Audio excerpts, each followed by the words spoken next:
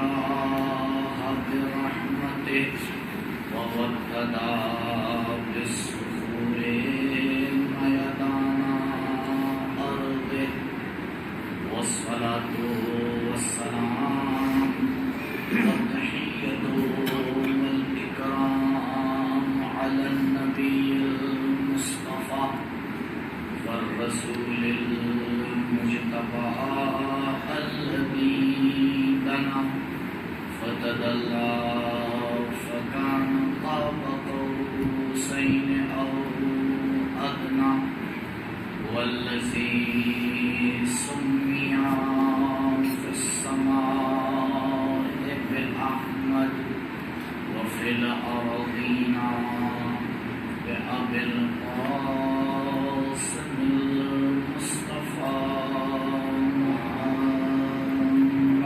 اللهم صل على محمد وعلى أهل بيته الأطيبين الأطهرين المعصومين المظلومين الذين أذهب الله عنهم الرجس وطهرهم تطهيرا.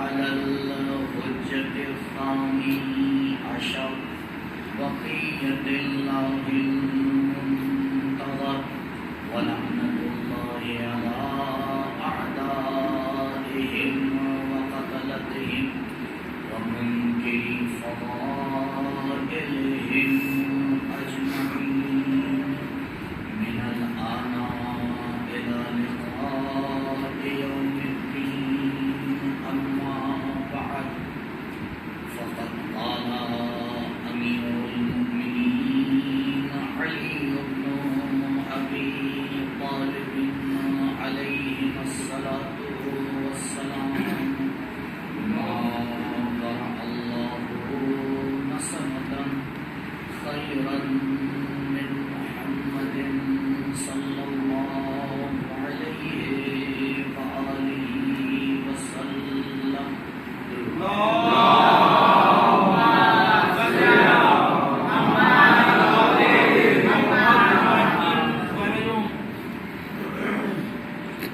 آج شرعی احکام کے حوالے سے ایک تو مسئلے جو آپ کی خدمت میں عرض کرنا ہے اس کا تعلق خمس سے. ایک واجب جو انسان کے اوپر آتا ہے، چھوٹا ہو بڑا ہو،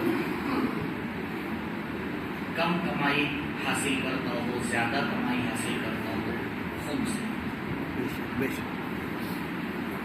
بہرحال ایک مرتبہ ضرور پڑھا کروں.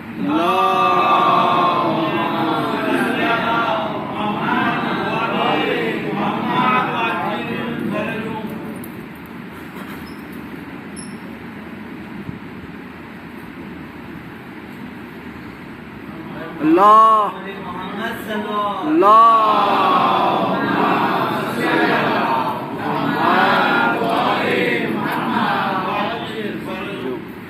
انسان پورے سال جو بھی کماتا ہے حاصل کرتا ہے، پروردگار نے اسے اجازت دی ہے کہ اپنی زندگی میں اسے نارمل طریقے سے خرچ کرے، یعنی جو اس کا اسٹیٹس ہے اس کے لحاظ سے خرچ کرے. اور خرچ کرنے کے بعد اگر پورے سال میں کچھ بچ جاتا ہے تو اس کا 20% اسے خمس کے طور پر دینا ہے. تو ایک جملہ اگر انسان سیکھ جائے، بچت پر خمس ہے. اب جو بھی بچت ہو، اب یہاں پہ ایک دو نقطے ہیں جس پہ غور کرنا ضروری ہے. سلام علیکم.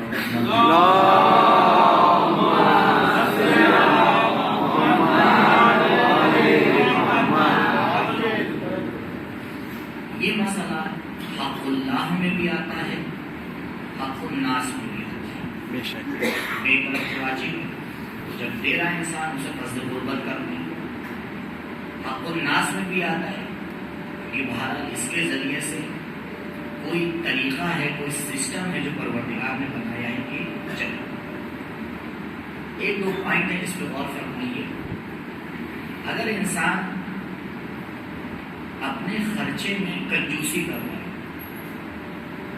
یعنی جتنا اسے نارملی طور پہ خرچ کرنا چاہیے نہیں کر رہا، بچا لے گا، تو جو بھی بچے گا سب پہ خمس ہے۔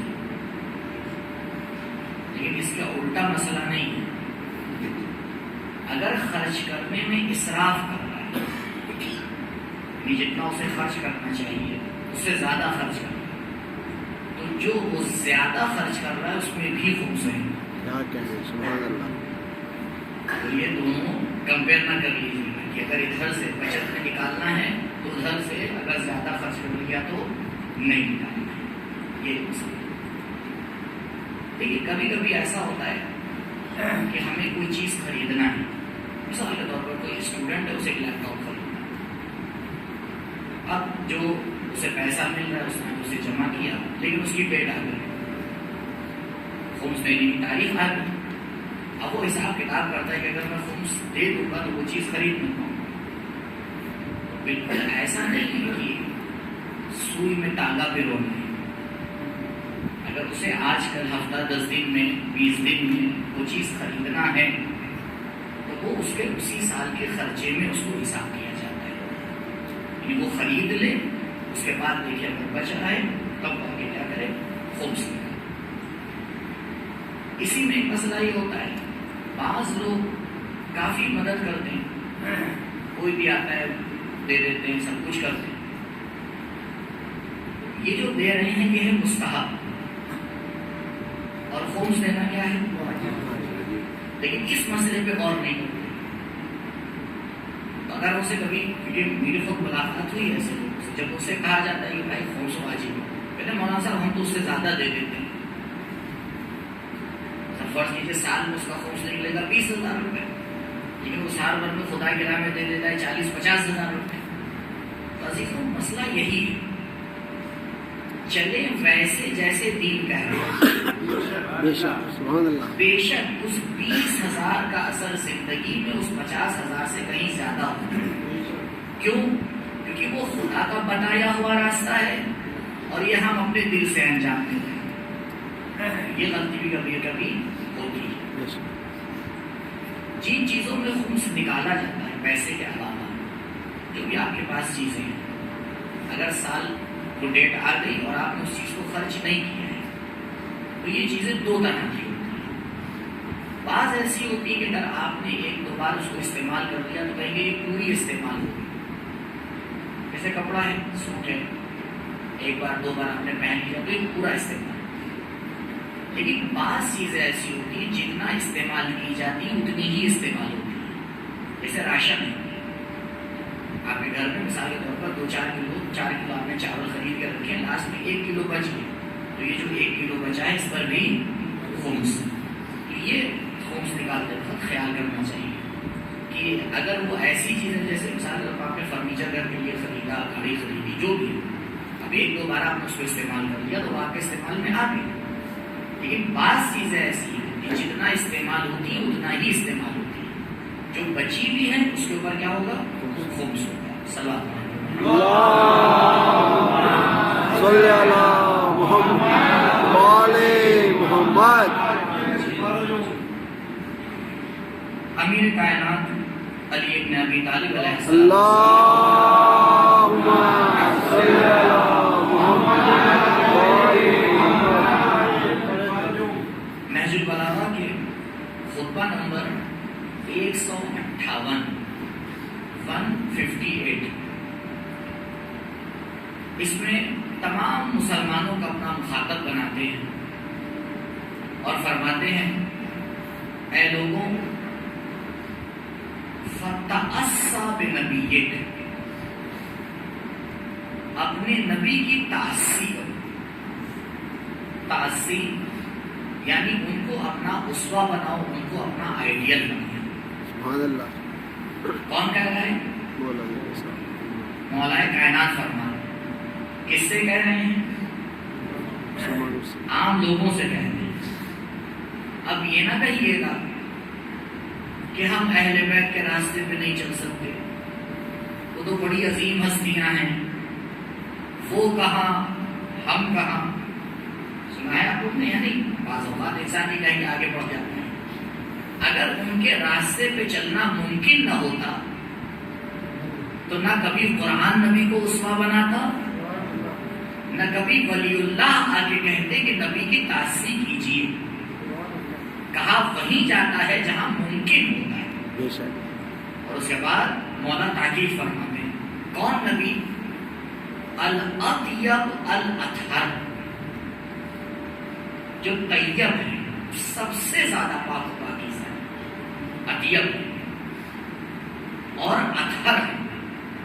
آپ دیکھیں ایک چیز طاہر ہوتی ہے یعنی خود پاک ہوتی ہے، لیکن نبی کے لیے مولا نے جو لفظ استعمال کیا وہ پاک نہیں، اطہر، یعنی پاکیزگی میں سب سے عالی ترین رتبہ. سبحان اللہ. یعنی کائنات میں اب تمہیں نبی سے زیادہ کوئی پاک ملنے والا نہیں ہے. بے شک. کیوں؟ کیونکہ یہ ذات ایسی ہے کہ اگر اس کے بتائے ہوئے کلام پر کوئی ایمان لے آئے تو اس کا پورا وجود پاک ہو جاتا ہے. سبحان اللہ. اگر اس کے بتائے ہوئے کلام پر کوئی ایمان لے آئے تو اس انسان کا پورا وجود پاک ہو جاتا ہے. اور اگر اس کے بتائے ہوئے دین پر کوئی چلنے لگے تو انسان کا عمل پاک ہو جاتا ہے. اور اگر اس کے بتائے ہوئے عقیدے کو اپنا لے تو اس کی فکر پاک ہو جاتی ہے. اور اگر اس نبی کے کردار کو اپنا لے تو پھر اس انسان کا اخلاق پاک ہو جاتا ہے. تم نبی کی تعصیب کرتے چلے جاؤ، تمہاری زندگی کا ہر لمحہ پاک اور پاکیزہ ہوتا چلا جائے گا. سبحان اللہ. کیوں؟ کیونکہ یہ نبی اطیب بھی ہے اور اطہر بھی ہے. اس کے بعد مولا پھر تاکید فرماتے ہیں فَإِنَّ فِيهِ، بتاتے کیوں میں اس بات کو کہہ رہا ہوں. کہتے اس لیے کہ نبی سب کے لیے نمونہ عمل ہے، آئیڈیل ہے. سورہ مبارک احزاب کی آیت ابھی انشاءاللہ اپنی خدمت میں پیش کروں گا. لیکن مولا قید لگا دیتے ہیں، فرماتے ہیں فَإِنَّ فِيهِ أُسْوَةً لِمَنْ تَأَسَّى. نبی ہر ایک کے لیے آئیڈیل نہیں ہے، نبی اس کے لیے آئیڈیل ہے جو نبی کی راہ پہ چلنا چاہے. بے شک. سبحان اللہ. عزیزوں، اگر ہمیں کسی کے راستے پر چلنا ہے تو اس کی پہلی ضرورت یہ ہے کہ ہمیں اس کے راستے کو سیکھنا پڑے گا. بلکہ یہی نہیں معلوم کہ نبی کی سیرت کیا تھی، نبی کا طریقہ کیا تھا، نبی زندگی کیسے کرتے تھے. جب تک یہ باتیں انسان کو پتہ نہ چلے تو وہ نبی کی تعصیب کیسے کرے گا. اسی کے خطبے کے آگے ادامے میں انشاءاللہ بھی آپ کی خدمت کر سنوں گا کہ مولا نے وہ چیز راستے بھی بتائے ہیں. اور پھر فرماتے ہیں وَأَعْزَى لِمَنْ تَعَزَّى، یعنی اگر کوئی صبر کرنا چاہتا ہے تو اس کے لیے بہترین نمونہ نبی کے اندر ہے. کیونکہ نبی نے جس طرح سے صبر کیا کوئی کر نہیں سکتا. اب دیکھیے یہاں پہ جو مولا جس صبر کی طرف اشارہ کرنا چاہ رہے ہیں اس کی بھی وضاحت فرمائیے. عزیزوں، ہمیشہ نعمت کے جانے پہ صبر نہیں ہوتا.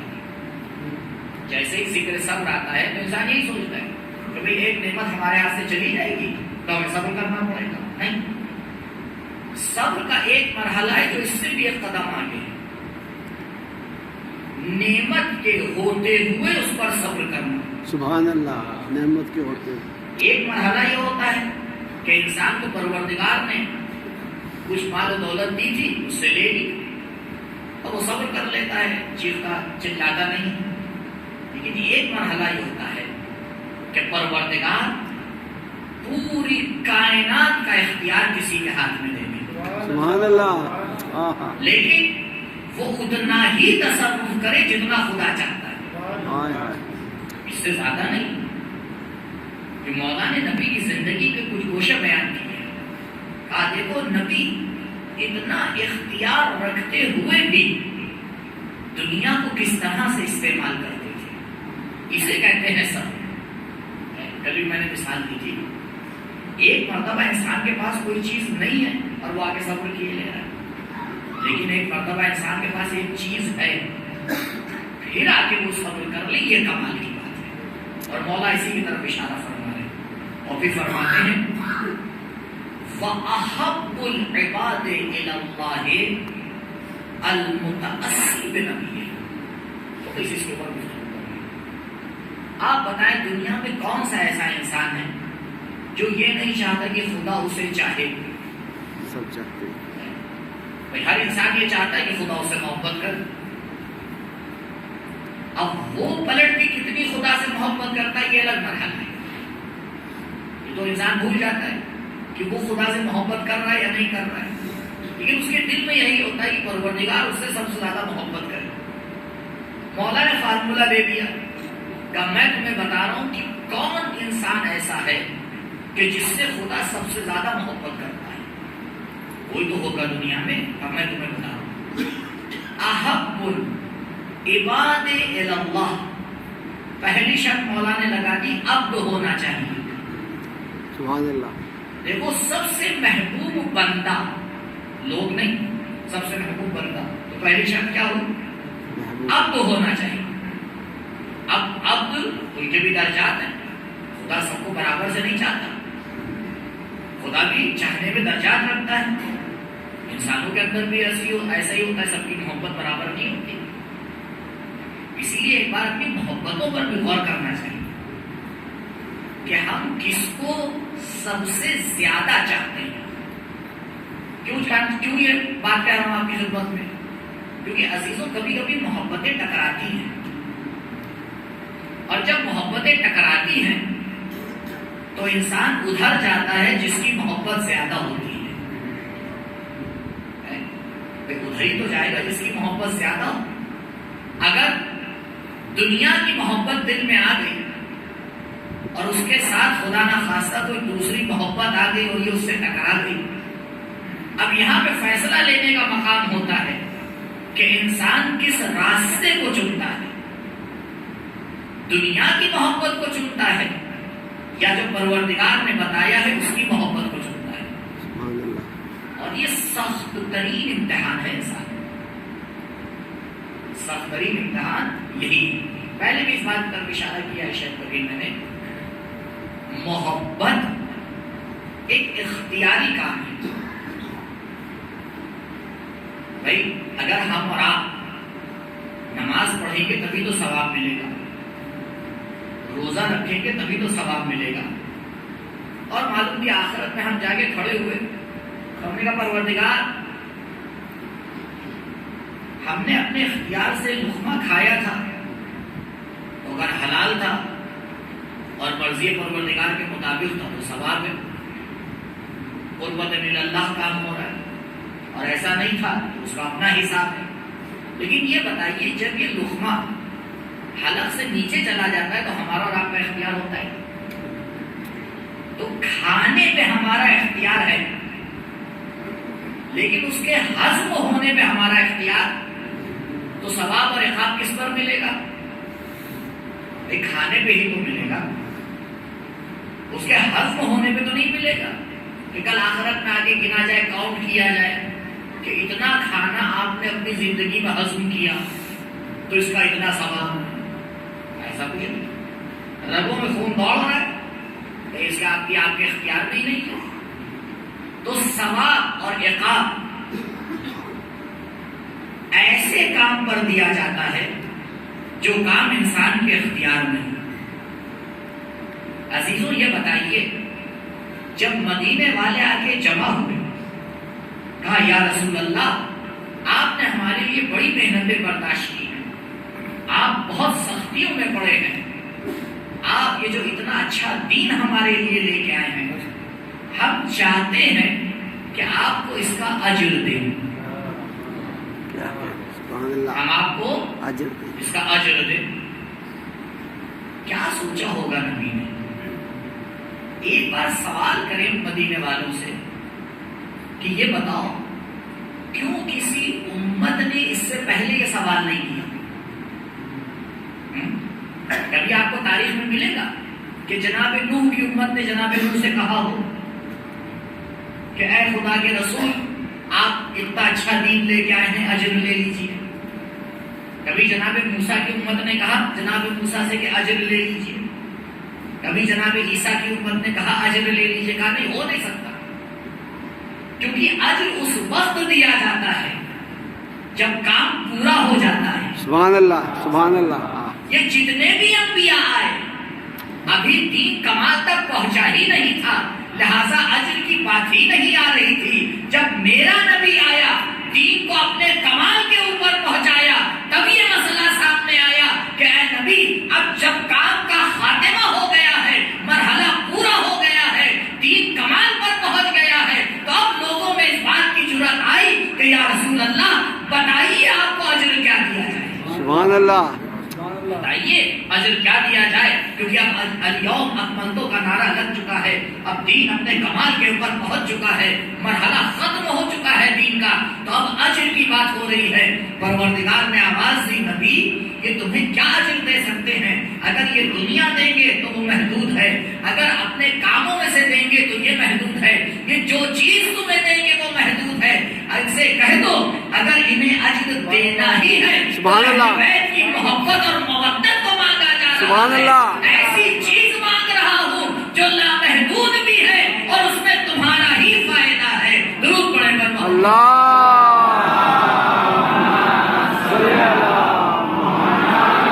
والے محمد، سبحان اللہ، سبحان ابھی جو اللہ۔ میں نے آپ کے سامنے قانون پہ بیان کیا، اب آپ بتائیے محبت اختیاری کام ہے یا غیر اختیاری؟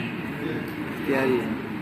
اب اس جملے کو جب استعمال کیجئے گا تو تھوڑا سنبھل کے، محبت ہو نہیں جاتی ہے، کی جاتی ہے، کیا کہنا، سبحان اور اللہ، جیسے جیسے معرفت بڑھتی چلی جاتی ہے محبت بڑھتی چلی جاتی ہے۔ اے دنیا والوں اگر نبی سے محبت کرنا ہے تو پہلا تقاضا یہ ہے کہ نبی کی معرفت ہونا چاہیے، اور نبی کی معرفت کے لیے صحیح سورس ہونا چاہیے۔ علی سے بہتر تمہیں کوئی سورس ملنے والا ہی نہیں ہے۔ مولا کے بیان کو دیکھتے چلے جاؤ، نبی کو پہچانتے چلے جاؤ، جتنا پہچانتے چلے جاؤ گے اتنی محبت بڑھتی چلی جائے گی۔ درود پڑھے پر محمد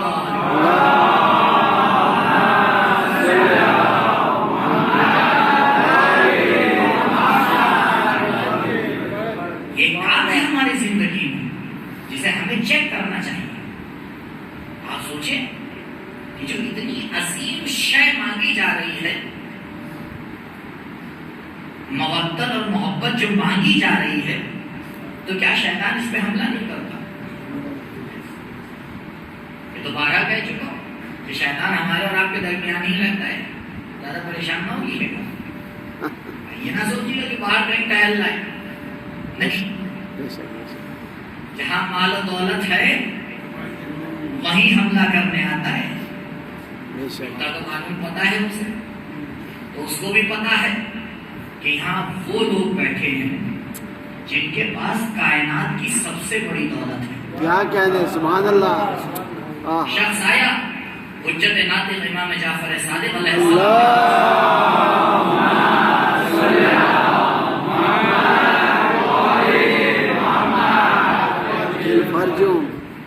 آیا کہ مولا بہت فقیر ہو گیا، کچھ مدد کر دیجیے۔ مولا نے کوئی توجہ ہی نہیں کی، حضور شاید نہیں سنا، تھوڑی دیر بیٹھا رہا، جب پھر اس کو فرصت ملی پھر اس نے دوبارہ آگے بڑھ کے، مولا بالکل کچھ ہے ہی نہیں، سب خالی، کچھ مدد کر دیجیے۔ پھر مولا نے کوئی جواب نہیں دیا۔ وہ ہستیاں جو بغیر مانگے دیتی ہیں تو ان کے نہ دینے میں بھی حکمت ہوتی ہے۔ کیا کہنے، سبحان اللہ۔ پھر سب نے کیا مولا کچھ نہیں، اب ہر حال ایک حد ہوتی ہے ہر انسان کی۔ آیا مولا اتنی دیر سے آپ سے کہہ رہا ہوں کچھ نہیں ہے، فقیر ہو گیا ہوں، بالکل ہاتھ خالی ہے، کچھ تو مدد کر دیجیے۔ مولا نے دیکھا کہ ہاں آپ یہ بالکل سننے کے لیے تیار ہے، دیکھا آپ نے، تو تو آپ وہ خطیب کو نہ کہا کریے مولانا نے کچھ پڑھا ہی نہیں. آپ سننے کے لیے تیار ہو, ہم تو سنانے کے لیے تیار ہی ہیں. ہم اتنے سے کاغذ پہ لکھ کے آتے ہیں, آپ کا 1 گھنٹہ لیتے ہیں, کہیے کل سے کتاب لے کے آ جائیں گے. مسئلہ تو یہ کہ آدمی کو سننے کے لیے کیا ہونا چاہیے, تیار ہونا چاہیے. پتا چلے کہ ہاں سننے کے لیے تیار ہے, تب سنانے والا بھی تیاری کر کے آتا ہے. اور جب اس کو پتا ہوتا ہے سننے والے تیار نہیں تو وہی ریپیٹیشن, وہی سنا تو کیا کرنا ہے. تو خطیب سے پہلے ہمیں اپنے بارے میں سوچنا چاہیے کہ ہم سننا کیا چاہتے ہیں. کیوں یہ بڑا مسئلہ ہے, بہت باریک بات کہہ رہا ہوں آپ سے. اچھے خاصے ریسٹورینٹ ہے نا, کیسا کھانا بناتے ہیں, جیسا ان کا دل چاہتا ہے یا جیسے کھانے والوں کا دل چاہتا ہے. کیا کہنا ہے, سبحان اللہ. تو قبلہ اپنا ذائقہ صحیح کر لیجئے, ممبر سدھر جائے گا. اللہ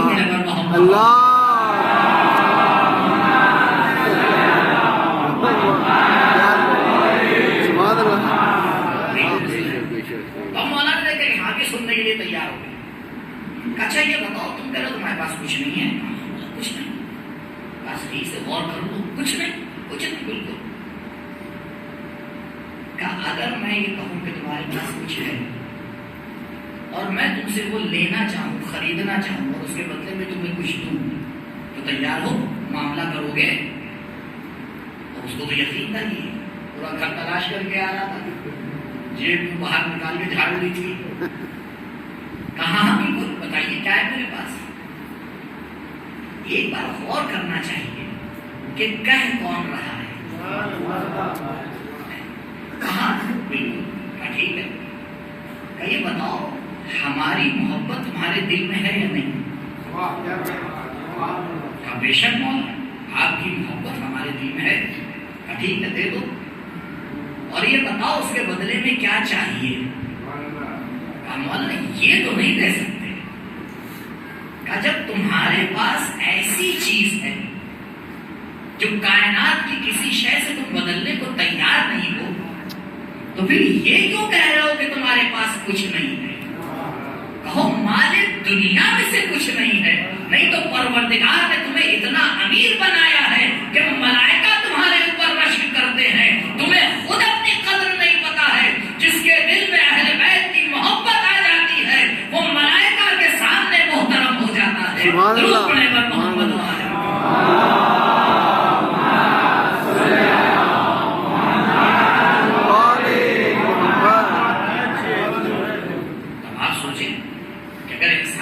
اتنی بڑی دولت ہے تو کیا اس دولت پہ حملہ نہیں کیا جائے گا؟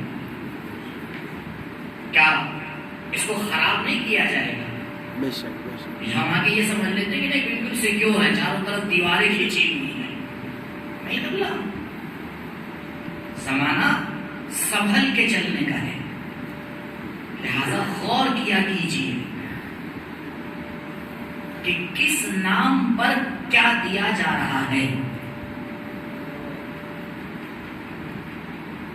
نقلی مال اسی وقت جلدی بکتا ہے جب بالکل اصلی سے ملتا جلتا ہو. بے شک بے شک, ہے نا. اگر نقلی مال کو آپ نے دور سے ہی پہچان لیا کہ یہ نقلی ہے, عزیزوں جن کے دلوں میں اہل بیت کی محبت ہے کبھی انہیں غیر کی محبت سے نہیں بہکایا جاتا. اس لیے اس مسئلے میں بہت سنبھل کے چلنے کی ضرورت ہے کہ دیکھیں اس نام پر ہمیں دیا کیا جا رہا ہے, اور ایک معیار بنا کے رکھیے گا. ہر وہ نعرہ جو اختلاف ڈالے, چاہے اہل بیت کے نام پر ہی کیوں نہ ہو, کبھی اس میں نہ بہتیے گا کہ ٹیگ اہل بیت کا لگا ہے. ابن زیاد بھی جب کوفے میں آیا تھا تو لباس معصوم پہن کے آیا تھا. کہا لباس نہیں دیکھا جاتا ہے, لباس کے اندر دیکھا جاتا ہے کہ کیا دیا جا رہا ہے. اتنا سمجھدار ہو جانا چاہیے کہ فقط نام نہ دیکھیے بلکہ نام کے پیچھے جو پیغام دیا جا رہا ہے اسے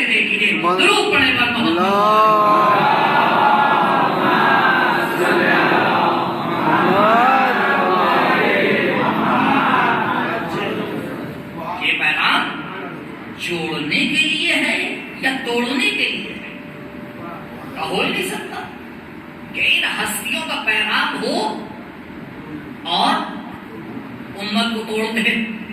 کیوں؟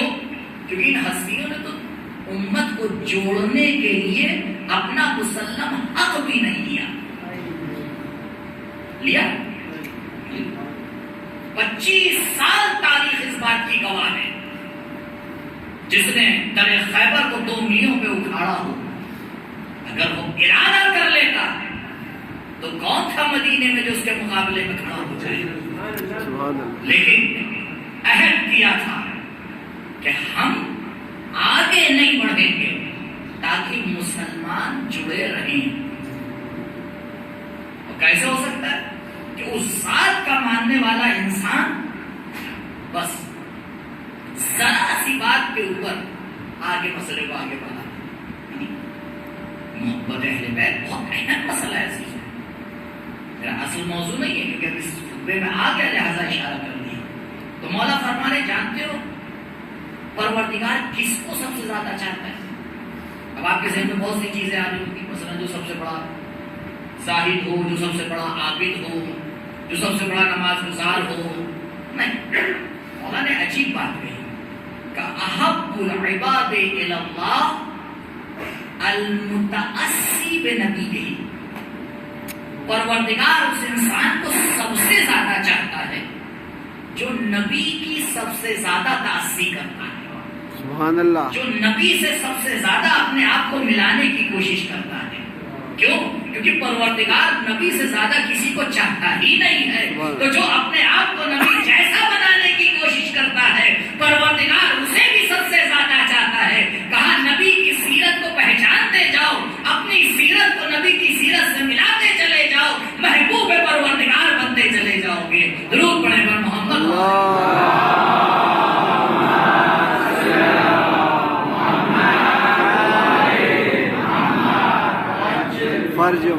المختص لأثرہ. ابھی عربی کی تعبیریں ہیں، وقت نہیں کہ میں ان تعبیرات میں آپ کا وقت لوں، لہٰذا فقط جو اس کا ایک ٹرانسلیشن ہے وہ میں آپ کی خدمت میں پیش کروں. کون سا انسان؟ جو نبی کے نقش قدم پہ چلے. المختص لأثرہ، اس کا معنی کیا ہے؟ کیا معنی ہوتا ہے نقش قدم پہ چلنا؟ کبھی غور کیا اس جملے کے اوپر؟ یعنی چلنے والے 1000 ہو، نشان ایک ہو. سبحان اللہ. چلنے والے 1000 ہو لیکن نشان کتنے ہو؟ یعنی ہمیشہ مباہدہ یاد رہے. ہمیشہ مباہدہ یاد رہے. 3 ہستیاں تھیں جو اسلام کو بچانے کے لیے آگے بڑھ رہی تھی، لیکن جب نقش قدم دیکھے جا رہے تھے تو نقش قدم ایک نظر آ رہا تھا. کہا ماجرا کیا ہے؟ کہا یہ وہ ہستیاں ہیں جو نبی کے نقش قدم پر چلتی ہیں. نبی جہاں قدم رکھتے ہیں وہیں ان کے قدم رکھے جاتے ہیں. جو قدم سے قدم ملا کے چلتا ہے اسے نبی کا امتی کہا جاتا ہے. درود پڑھیں پر محمد.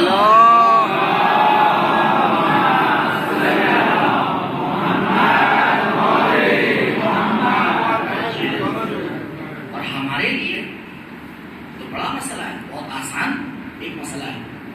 نبی مدینے میں کتنے دن رہے؟ 10 سال ہی تو رہے ہیں. باقی 53 سال زندگی آپ کی کہاں گزری ہے؟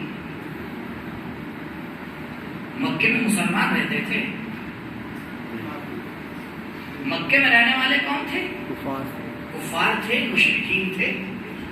تو اب ہمیں اور آپ کو تو زیادہ ٹینشن نہیں ہونا چاہیے کہ ایسے ملک میں کیسے رہنا ہے. کہا نبی کی 53 سالہ زندگی تمہارے سامنے ہے. بچپنا نبی کا دیکھ لو، جوانی نبی کی دیکھ لو، آگے عروج دیکھ لو، اسلام کے پہلے کی زندگی دیکھ لو، اسلام کے بعد کی زندگی کی دیکھ لو. نبی مشرکین کے درمیان رہ رہے ہیں اور عجب مشرک ہے. چچا بھی اسی میں آ رہا ہے، رشتہ دار بھی اس میں آ رہے ہیں، گھر والے بھی اس میں آ رہے ہیں. تو صرف گھر میں باہر مقابلہ نبی کا نہیں تھا، گھر کے اندر بھی مقابلہ تھا. کہا نبی کو ایسا آئیڈیل بنا کے بھیجا ہے جو ہر انسان کے لیے نبی آئیڈیل بن کے دکھا دیں گے. درود پڑھیں پر محمد.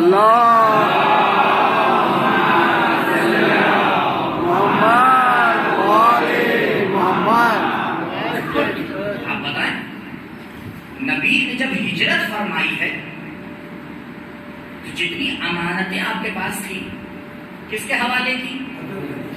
اب ہم یہ فضائل تو بڑے سن لیتے ہیں، آپ کو کیا معلوم، آپ علی کو کیا پہچانے؟ نبی نے ساری امانتیں مولا کے حوالے کی۔ ارے بھیا اس سے پہلے تو دیکھ لو امانتیں دی کس نے تھی، امانت دینے والے کون تھے؟ مسلمان تھے یا کافر؟ ایک بڑی تعداد اس میں سے کافروں کی تھی۔ اللہ اکبر، یعنی نبی نے معیار کردار کو اتنا بلند بنا دیا تھا، عقیدے میں مخالف تھا لیکن بھروسے میں نبی پر ہی بھروسہ کرتا۔ سبحان اللہ۔ مسلمانوں کہاں ہو؟ اگر دنیا کو بھروسہ کرنا چاہیے تو تمہیں صفحے اول میں ہونا چاہیے کہ نبی کا کردار ہے، عقیدے ملانے کی ضرورت نہیں ہے، کردار سے کردار ملانے کی ضرورت ہے۔ درود پڑھیں پر محمد و آل محمد۔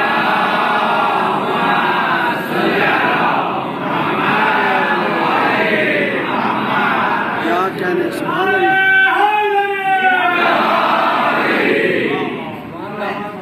ہم شروعات کہاں سے کرتے ہیں؟ ارے جملہ تو ہمارے عقیدے میں مخالف ہیں۔ اچھا، کیا نبی نے شروعات کہاں سے کی تھی؟ نبی نے تو شروعات یہاں سے نہیں کی، نبی نے تو امانت داری سے شروعات کی۔ کیا کہنے، سبحان اللہ۔ لیکن میں ایک سوال آپ سے پوچھوں، میرا نبی افضل ہے یا گہوارے میں بولنے والے جناب عیسیٰ علیہ السلام؟ اب اگر کوئی غیر مسلم یہاں سن رہا ہوگا تو آپ تو مسلمان ہیں، آپ کو یہ کہیں گے قبلہ دیکھیے، میں نہ قرآن سے دلیل لا رہا ہوں نہ روایت سے۔ بڑی یونیورسٹی کا لیکچرر بڑا ہی ہوتا ہے، بے شک بے شک۔ جو یونیورسٹی نبی نے کھولی ہے وہ قیامت تک کے لیے ہے، لیکن جو یونیورسٹی دوسرے نبیوں نے کھولی تھی وہ کہیں نہ کہیں پہ جا کے ختم ہو گئی ہے۔ بے شک بے بھائی شک۔ جس کا دین عظیم ہے اس کا لانے والا بھی عظیم ہوگا، تو کلیئر ہے۔ اب آئیے جناب عیسیٰ علیہ السلام کے لیے قرآن کیا کہہ رہا ہے؟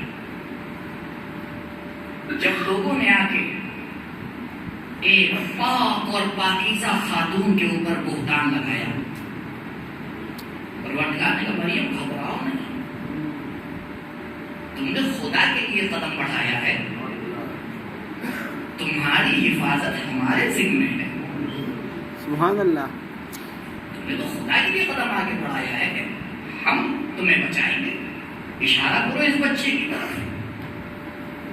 جب بچے کی طرف اشارہ کیا جناب مریم نے تو اب یہ جو بنی اسرائیل وہاں کھڑے تھے کہنے کی کیا کہہ رہی ہو؟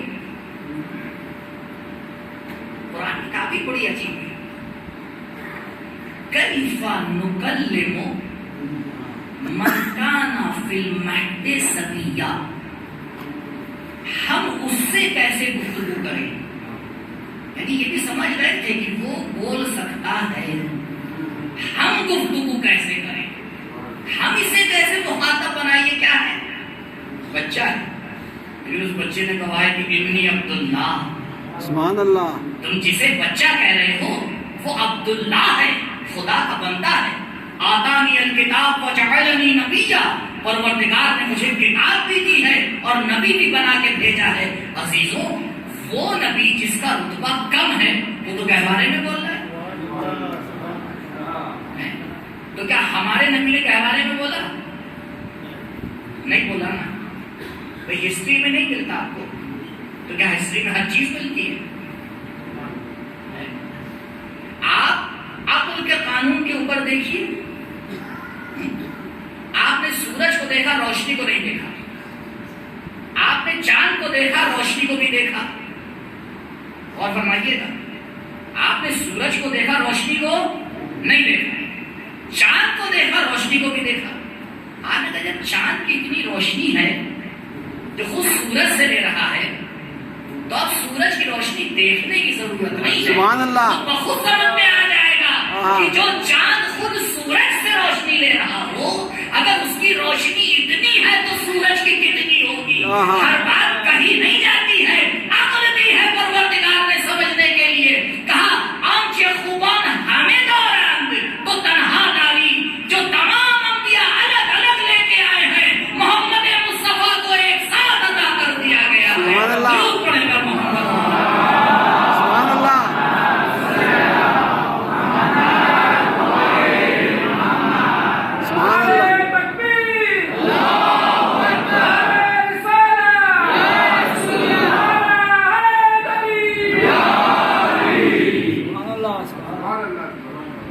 پروردگار یعنی جناب عیسیٰ گہوارے سے ہی نبی تھے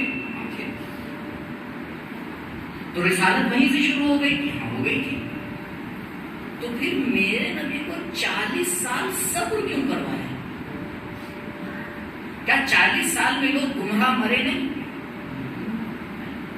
بھائی دیکھیے ہم لوگ کا حساب و کتاب مسئلہ یہ ہمارا حساب کتاب جو ہے اس کا رزلٹ کچھ نکلتا ہے, اللہ کا حساب کتاب اس کا رزلٹ کچھ اور نکلتا ہے.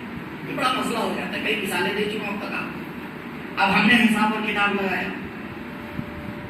کہ ہم تو ہیں جلد باز. پروردگار پہلے ہی دن سے جناب آمنہ کی گودی میں ان کو بھی بلوا دیتا, ان سے بھی کہہ دیتا میں قرآن لے کے آیا ہوں, میں نبی بن کے آیا ہوں. کتنے زیادہ لوگوں کی ہدایت ہو جاتی.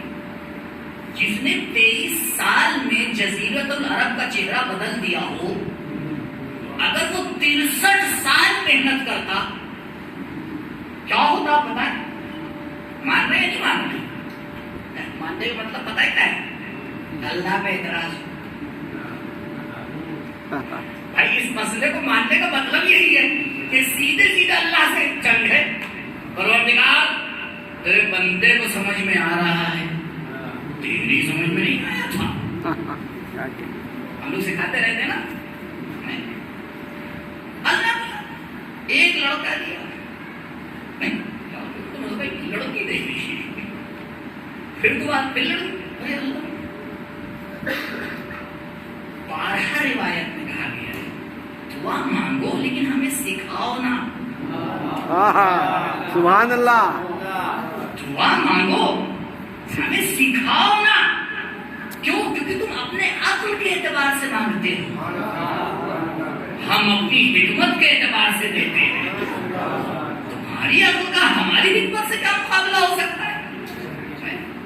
تو بارگاہ پہلے ہی دن سے ہادی بنا دیتا, بھیج دیتا, کیا ہوتا؟ عزیزوں اگر ایسا ہی ہو جاتا تو پھر میرا نبی آئیڈیل نہ ہوتا. کیوں؟ گھر کو مجھے قیامت تک کے لیے اس انسان کو بھیجنا ہے. کیا کہہ رہے سبحان اللہ. اور قیامت تک بھیجنے کے لیے پہلے طریقہ سکھاؤں گا کہ دیکھو پیغام پہنچایا کیسے جاتا ہے. اگر بچپنے میں عیسیٰ کی طرح اس کو بھی نبی کا اظہار کروا دیتا تو پھر یہ آئیڈیل نہ رہ جاتا. ہر کوئی کہتا ہم بھی بچپنے میں بولتے, ہم بھی ہدایت کر دیتے. کہا نہیں, 40 سال روکوں گا تاکہ پہلے امانت داری کا لوہا منوا لوں. سبحان اللہ. یعنی مکے کے ہر انسان کے زبان پر یہ ہوگا اگر کوئی امین ہے تو یہی ہے. اب یہ انسان آئیڈیل بن سکتا ہے, اب یہ انسان اسوہ بن سکتا ہے. کیوں؟ کیونکہ اب ہر انسان سے یہی کہا جا رہا ہے پیغام پہلے پہنچانا, اپنی پیغام بعد میں پہنچانا, اپنی تربیت پہلے کرنا. دیکھو نبی نے تمہیں سکھا دیا جو اشرف مخلوقات تھا اسے بھی ہم نے 40 سال صبر کر کے بتایا کہ تبلیغ نارمل طریقے سے ہوگی, معجزے نہیں ہوا کرتے ہیں. درود پڑھے پر محمد.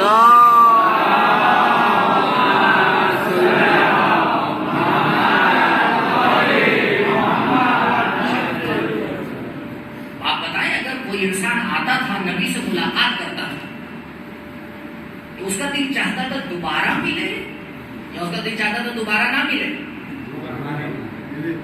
یہی چاہتا تھا نا. تو مولا کیا فرما رہے؟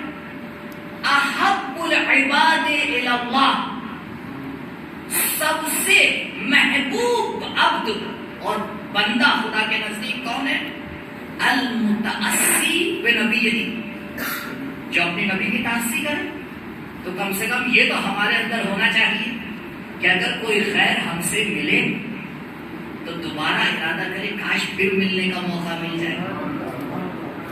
یہ نہ ہو کہ اللہ ایک بار ملنے کے بعد اٹھک بیٹھک کر لے. اب کی تو بھائی مجبوری تھی ان سے ملاقات ہو گئی, دوبارہ نہ کرے دوبارہ کوئی ٹاپک پہ ملنا ہو جائے. عزیزوں غور فرمائیے, اور یہ حکم کون دے رہا ہے؟ یہ اس بات کو کون بیان کر رہا ہے؟ عام انسان نہیں بیان کر رہا ہے، مولا بیان کر رہے ہیں. تاکید فرما رہے ہیں مولا کہ تعصی کرو نبی کی.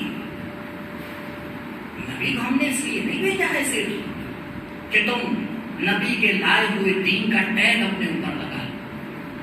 نہیں، تعصی ضروری ہے. جو جیسے تعصی کرے گا اتنا خدا کے نزدیک محبوب ہوگا. یہ روایت آپ نے سنی ہے نا، علی مع القرآن والقرآن مع صلوات پڑھیے محمد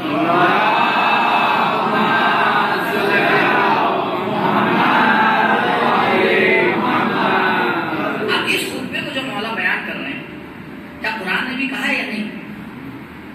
کہا بالکل قرآن نے کہا ہے، کیونکہ ولی کا کلام اللہ کے کلام سے الگ ہو ہی نہیں سکتا. سورہ مبارک احزاب آیت نمبر 21،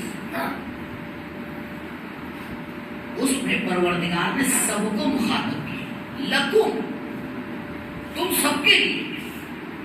خطابات قرآن پہلے بھی آپ کی خدمت میں عرض کر چکا ہوں. یعنی حکم اتنا ہی اس کا دائرہ ہوتا ہے جتنا مخاطب ہو. روزہ رکھنا کس سے کہا گیا؟ لیکن جب توحید کا مسئلہ چھڑا تو سب سے کہا گیا. سبحان اللہ. تو پروردگار یہاں پہ خطاب کیا کر رہا ہے؟ لکم. نہیں کہہ رہا ہے پروردگار یا ایھا الذین آمنوا، نہیں کہہ رہا ہے فقط مسلمانوں. نہیں، جو بھی اس مسئلے کو پڑھ رہا ہے وہ اس آیت کا مخاطب. لکم فی رسول اللہ اسوۃ حسنہ، نبی کے ساتھ میں بہترین نمونہ عمل ہے. تو اب کبھی زندگی میں یہ نہ کہنا وہ ہستیاں کہاں، ہم کہاں. لیکن بہرحال ذہن میں یہ بات آتی ہے، اس کا جواب دے دیجیے. یہ بتائیے عزیزوں،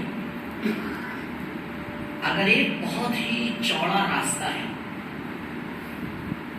اور ایک بھیڑ اس راستے کے اوپر چل رہی ہے، اور ایک انسان ہے جو سب سے آگے چل رہا ہے. کچھ لوگ تیز چل رہے ہیں، کچھ لوگ دھیرے چل رہے ہیں، لیکن سب چل رہے ہیں. تو آپ کیا کہیں گے کہ یہ سارے انسان کیا کر رہے ہیں؟ یہ سارے انسان چل رہے ہیں. یہی تو کہیں گے بھائی جس کی طاقت زیادہ ہے وہ تیز چل رہا ہے، جس کی طاقت کم ہے وہ دھیرے چل رہا ہے، لیکن چل سب رہے. اور ہر انسان اپنی طاقت کے اعتبار سے کیا ہے؟ چل رہا ہے.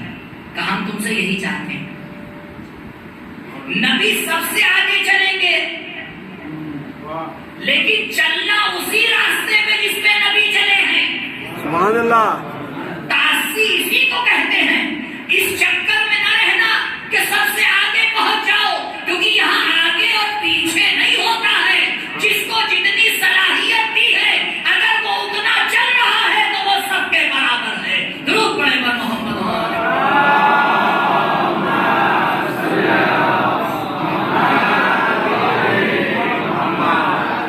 کیا کہنے. سبحان اللہ. دن بھر میں نبی کہہ رہے کہ نماز پڑھتے تھے، مثلا ڈبل پڑھتے تھے، ٹربل پڑھتے تھے. مستحبات کے ساتھ ہاں واجب کا رکعت ہوتی تھی. روزہ اتنا ہی تو واجب ہو. کیوں پروردگار نے واجبات میں کوئی امتیاز نہیں رکھا سوائے 2 چیزوں کے؟ کیوں؟ اس لیے تاکہ نبی کی تعصیب ہو سکے، تاکہ نبی کی تعصیب ہو سکے، انسان اس راستے پہ چل سکے جو چلنا ہے. اب پروردگار اس راستے پہ چلنا ہے، مدد چاہیے، بس مدد چاہیے. اس مدد کو قرآن نے بیان کیا. قرآن نے کہا اگر نبی کے راستے پر چلنا ہے تو تمہیں 2 چیزوں کی ضرورت ہے. آیت کیا کہہ رہی ہے؟ لمن کان یرجو اللہ والیوم الآخر. نبی کی تعصیب وہی کر سکتا ہے جو اللہ اور آخرت کے اوپر ایمان رکھے. اللہ اور آخرت پہ کیا رکھے؟ ایمان رکھے. اللہ کو دیکھا ہے؟ آخرت کو دیکھا ہے؟ یؤمنون بالغیب، غیب کے اوپر کیا رکھے؟ ایمان رکھے. یہ پہلی چیز. کیونکہ جو غیب پہ ایمان نہیں رکھتا ہے وہ نبی کی تعصیب نہیں کر سکتا. نبی کی تعصیب کی بھی پہلی شرط یہ ہے کہ انسان کا ایمان ہونا چاہیے اللہ کے اوپر. کیوں؟ کیونکہ نبی غیر کا راستہ نہیں دکھاتے ہیں، اللہ کا ہی راستہ دکھاتے ہیں. اس لیے پہلے دن جو میں نے چیز آپ کے سامنے پیش کی تھی وہ کیا تھی؟ توحید. اور اس کے بعد دوسری شرط قرآن لگا رہا ہے وَذَكَرَ اللَّهَ كَثِيرًا. اللہ نبی کی تعصیب وہی کر سکتا ہے جو اللہ کا ذکر کثیر کرے.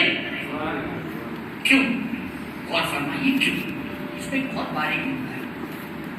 عزیزوں، یہ ہستیاں کتنی بھی عالی ہوں رہیں گی ابدہی. سبحان اللہ. رہیں گی کیا؟ ابدی رہے. گڑبڑ یہی ہو جاتی ہے. انسان مولا اور قرآن دونوں اس بات کی طرف توجہ دلانا چاہ رہے ہیں کہ دیکھو تعصیب میں یہ نہ بھول جانا کہ اصل پروردگار ہی ہے. کیا کہنا؟ اصل کون ہے؟ پروردگار. پروردگار ہی ہے. اب میں مثال دے رہا ہوں اور بات کو خطی سے بھی انشاءاللہ انتہا تک پہنچاؤں گا. آپ نے ایک نیا گھر خریدا اور اس کے بعد کافی روایات میں کہا گیا مستقبل ولیمہ کیجیے. تو آپ نے اپنے حیثیت کے اعتبار سے کیا کیا؟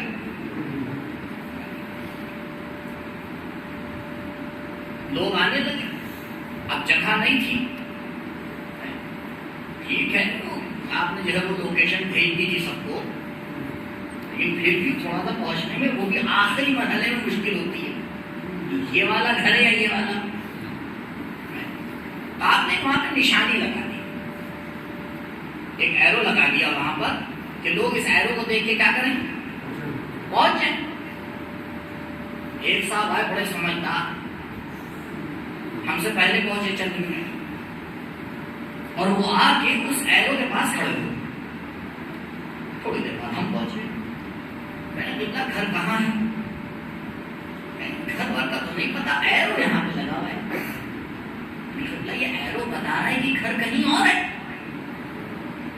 ایرو کیا بتا رہا ہے؟ گھر کہیں اور ہے، مقصد کہیں اور ہے. کہا بھائی دیکھیے یہ سب باتیں ہماری سمجھ میں نہیں آتی. ہم تو اس ایرو پہ ہی کھڑے رہیں گے. اگر یہ انسان پوری عمر اسی ایرو کے پاس کھڑا رہے، اسے نعمت کا ایک نوالا ملنے والا ہے نہیں. کیونکہ نعمت تو کہیں اور مل رہی ہے جدھر ایرو دکھا رہا ہے. سبحان اللہ. کہاں دیکھو نبی کو اسوہ بنانے میں یہ غلطی نہ کرنا کہ نبی پہ آ کے رک جاؤ. نبی کو ہم نے رکنے کے لیے نہیں بھیجا ہے، کیونکہ نبی کے تعصیب وہی کرتا ہے جو ذکر اللہ کثیرا. ہمیشہ اس بات کو یاد رکھتا ہے جس اللہ کا نبی ایسا ہوگا وہ اللہ کیسا ہوگا. ضرور پڑھے گا محمد اللہ.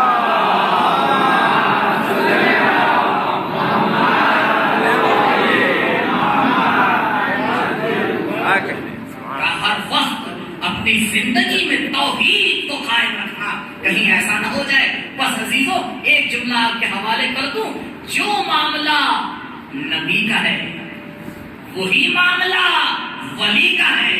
کیوں؟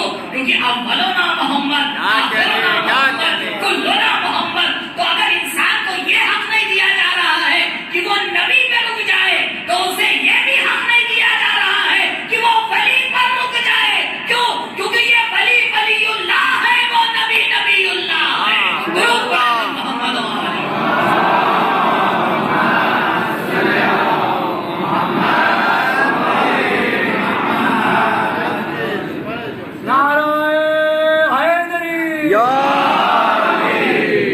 کہنے. سبحان اللہ. جب بھی اپنی زندگی میں ان ہستیوں کو آئیڈیل بنانا، اسوہ بنانا، اس بات کا خیال کر کے بنانا کہ ان کے پاس جو کچھ ہے